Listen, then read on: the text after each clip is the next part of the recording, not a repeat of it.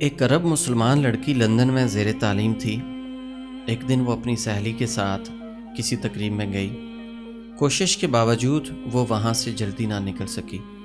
جب وہ اس فنکشن سے فارغ ہو کر نکلی تو رات کافی دیر ہو چکی تھی۔ اس کا گھر دور تھا۔ گھر جلدی پہنچنے کا ذریعہ زیر زمین چلنے والی ٹرین تھی، لیکن وہ ٹرین سے سفر کرنے سے کچھ خوف محسوس کر رہی تھی، کیونکہ برطانیہ میں اکثر رات کے وقت ٹرینوں اور اسٹیشنوں پر بہت سے جرائم پیشہ اور نشہ میں دھت افراد ہوتے ہیں۔ آئے روز ٹی وی چینلز اور اخبارات میں یہاں ہونے والی وارداتوں کا تذکرہ موجود ہوتا ہے۔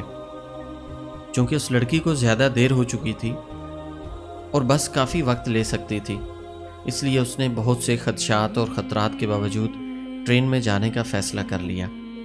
یہ بات پیش نظر رہے کہ یہ لڑکی دیندار نہیں تھی، بلکہ بہت زیادہ آزاد خیال اور لبرل تھی۔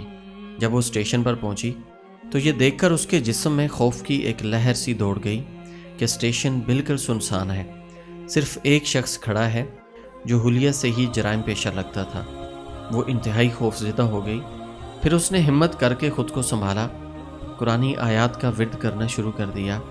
اسے جو کچھ زبانی یاد تھا، جس سے ایک عرصے سے وہ بھولی ہوئی تھی، سب کچھ پڑھ ڈالا۔ اتنے میں ٹرین آئی اور وہ اس میں سوار ہو کر بخیریت اپنے گھر پہنچ گئی۔ اگلے دن کا اخبار دیکھ کر وہ چونک اٹھی۔ اسی اسٹیشن پر اس کے روانہ ہونے کے تھوڑی ہی دیر بعد ایک نوجوان لڑکی کا قتل ہوا اور قاتل گرفتار بھی ہو گیا۔ وہ پولیس اسٹیشن گئی۔ پولیس والوں کے بتایا کہ قتل سے کچھ دیر پہلے وہ اس اسٹیشن پر موجود تھی۔ میں قاتل کو پہچانتی ہوں، اس سے کچھ پوچھنا چاہتی ہوں۔ جب وہ مجرم کے سیل کے سامنے پہنچی تو اس سے پوچھا، کیا تم مجھے پہچانتے ہو؟ اس نے جواب دیا، ہاں بالکل پہچانتا ہوں، رات کو تم بھی اسٹیشن پر آئی تھی۔ لڑکی نے پوچھا، پھر تم نے مجھے کیوں چھوڑ دیا؟ وہ کہنے لگا، میں تمہیں کیسے نقصان پہنچاتا؟